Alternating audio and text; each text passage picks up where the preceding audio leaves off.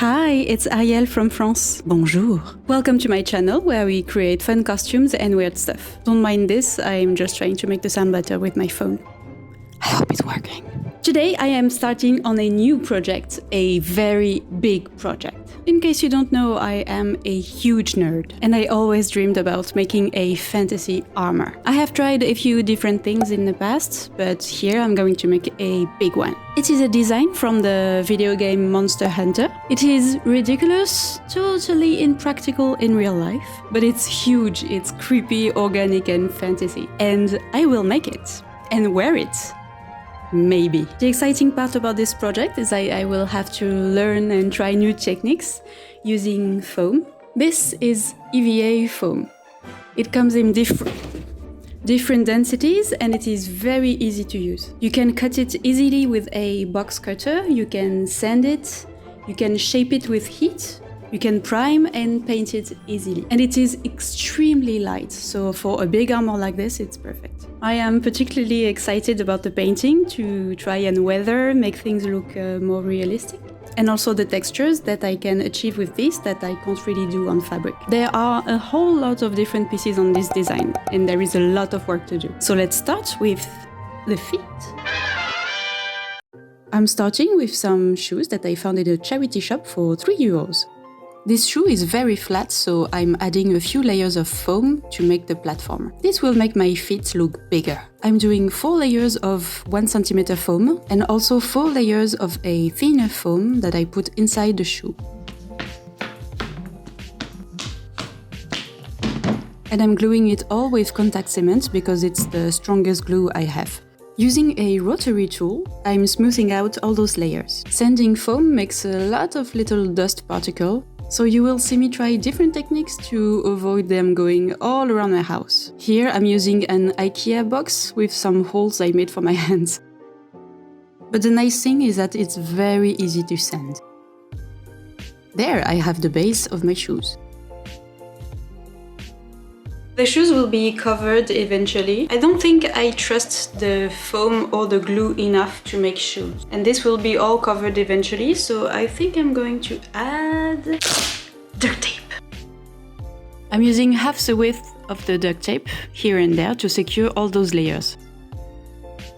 When I finish the shoe, I will add an extra sole at the bottom part of the feet, just to protect the foam from the ground. Here I'm just going to glue a first piece on my shoe. But I saw later that it was too small, so I remade that piece. Now I'm using painter's tape to make a sort of pattern of the shoe. This is a quick method and it works really well. I cut it out, I stick it to paper, and then I simply trace it on the foam and I can cut it with a cutter knife. Once that part is glued on, it hides all the layers of the sole and also the tape. Then I do the same for the top part. Tape it, trace it, glue it. And I'm using my heat gun to preheat the foam into a shape I want.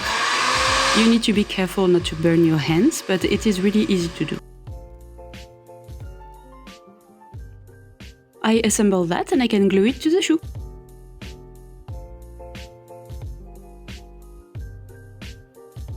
Then I'm wrapping my leg into tape and also some paper to not use too much tape. I trace a few red lines and use that to cut myself free.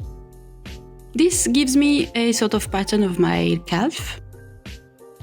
But that boot is really chunky, so I'm adding extras on all sides. It did not turn chunky enough, so I'm changing the pattern by adding this almond hole in the middle. That will help the boot turn into more of a bell shape, and I'm also making this pattern a bit wider. We want big boots. And now I have a satisfying shape. I use it to try and draw the decoration on it, trying to match the reference, I guess. And then I transfer that back into my paper pattern. This will allow me to have all my pieces symmetrical. And I'm using my little roulette to transfer that into the foam.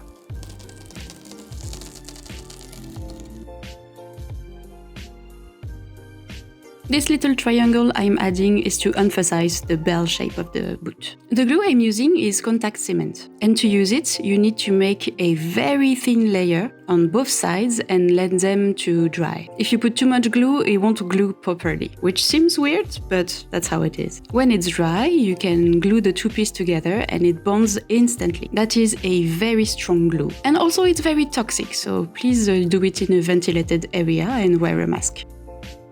Nowadays is not very the best time to mess up your lungs. Please be careful. Since I did 2 layers of foam, I could cut out the big details as you can see here.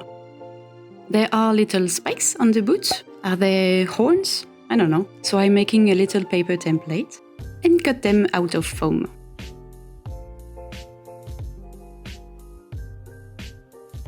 Then I'm using my rotary tool to carve some details on the horn. It's just lines of different thickness and it doesn't have to be very precise. We want it to look more organic. And then for the big vertical lines, I'm just carving them with a scalpel. You can also use an X-Acto knife, but this is sharper. And you can easily cut your finger, which didn't happen to me.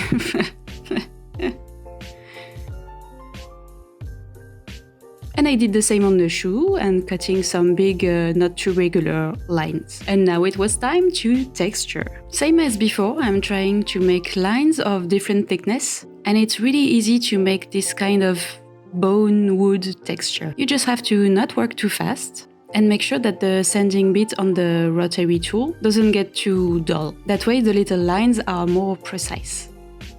On the boot, there is this kind of scale effect, so I start by making a big crease along the line that I traced. As you can see here, I have stuck the vacuum cleaner between my legs, so it can suck most of the dust away. This step is not the most peaceful one.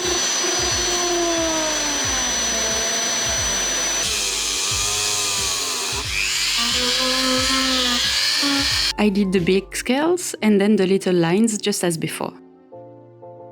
Then I'm using foam clay, which is a sort of paste made of foam. It's really easy to use and it feels kind of chewing gum. I'm using that to fill up some of the gaps and the mistakes that I made. It glues to foam using water and also water to smooth it out. It's very easy to use and very pleasant.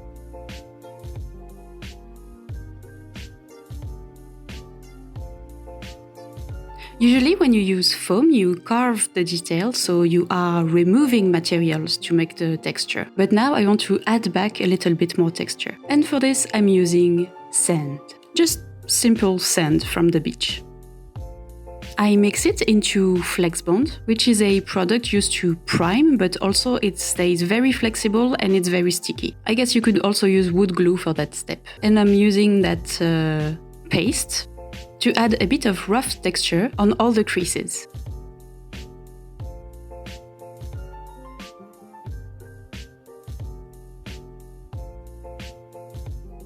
And also I forgot, I added googly eyes for rivets because it's fun.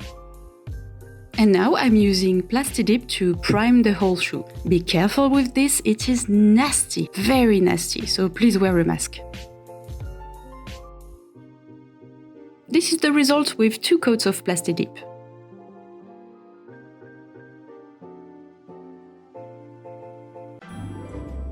It wasn't that difficult to achieve this, and I really can't start on the rest of the costume.